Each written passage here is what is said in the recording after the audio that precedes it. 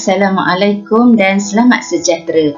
Dalam video kali ini kita akan bincangkan latihan sumatif 13 buku teks sains KSSM tingkatan 2 muka surat 277 dan 278. Soalan pertama, selesaikan teka silang kata di bawah dengan jawapan yang betul.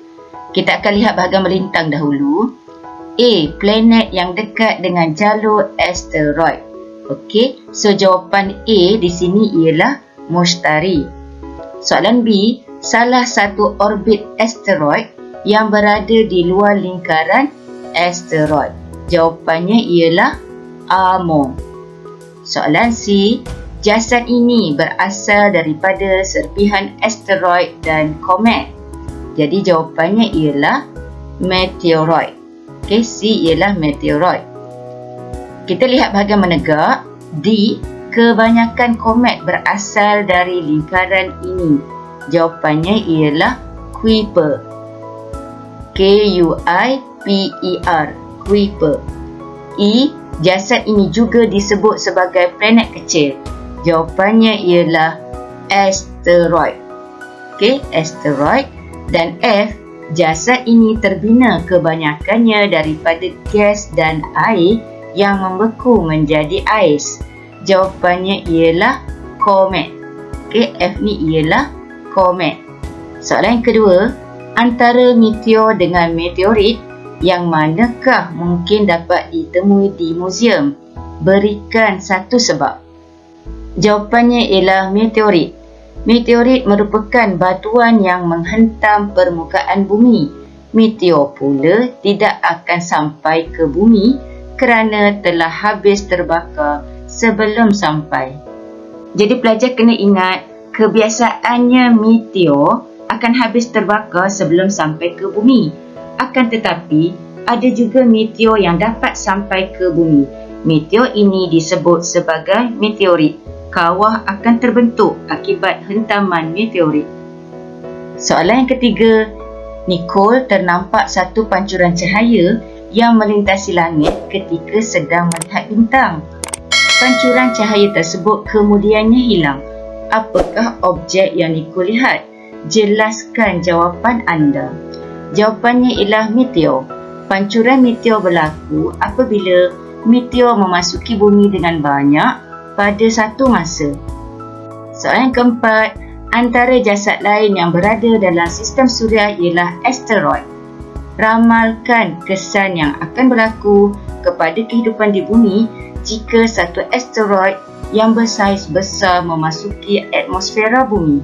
Jika asteroid bersaiz besar, iaitu kurang daripada 10 km yang memasuki ruang atmosfera, spesies hidupan akan musnah di kawasan jatuhan dan sekitarnya seluas ratusan kilometer. Tetapi jika asteroid bersaiz lebih daripada puluhan kilometer, maka keseluruhan spesies di bumi akan pupus seperti yang berlaku pada zaman kepupusan dinosaur. Soalan B, apakah cara untuk mengelakkan asteroid yang bersaiz besar memasuki bumi? Terangkan. Jawapan yang pertama ialah mengubah laluan asteroid berkenaan atau memecahkannya menjadi batuan yang lebih kecil. Yang kedua, kapal angkasa boleh digunakan untuk memasang bahan letupan atau menembak dengan bom yang mempunyai kuasa letupan yang kuat pada asteroid berkenaan sebelum menghampiri bumi.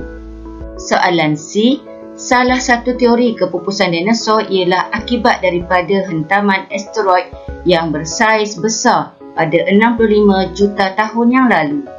Soalan yang pertama, bagaimanakah asteroid menyebabkan kematian dinosaur? Hentaman asteroid pada 65 juta tahun dahulu telah memusnahkan hidupan dan menyebabkan perubahan suhu, iaitu suhu di suatu kawasan menurun dengan teruk dan suatu kawasan yang lain meningkat secara mendadak lalu menyebabkan kematian dinosaur. Soalan yang kedua, terdapat saintis yang tidak bersetuju tentang teori ini kerana penemuan bukti yang mengatakan bahawa terdapat beberapa spesies dinosaur yang telah pupus 20 juta tahun sebelum berlaku pelanggaran asteroid tersebut, wajarkan pandangan saintis tersebut? Jawapannya ialah wajar. Hal ini demikian kerana setiap saintis mempunyai pandangan dan teori sendiri tentang perkara yang berlaku pada masa berjuta tahun dahulu, dan jika terdapat tanda-tanda dan bukti, sesuatu teori itu boleh dipertikaikan dan saintis boleh mengkaji semula. Soalan yang kelima, pada pendapat anda, bolehkah sebuah asteroid menjadi sebuah planet dalam tempoh 100 juta tahun lagi? Mengapa? Jawapannya ialah boleh. Hal ini demikian kerana terdapat asteroid yang mempunyai tarikan graviti sendiri dan ada yang tidak. Bagi asteroid yang mempunyai tarikan graviti yang tersendiri, jisimnya berkeupayaan untuk terus berkembang dan menarik asteroid lain berdekatannya dan bergabung. Apabila asteroid mencapai saiz yang terlalu besar, asteroid boleh menjadi sebuah planet. Soalan yang keenam, mengapakah meteor lebih berbahaya kepada angkasawan yang berada di angkasa berbanding manusia di bumi? Jelaskan jawapan anda. Saiz meteor di angkasa lebih besar dan kelajuannya juga lebih laju.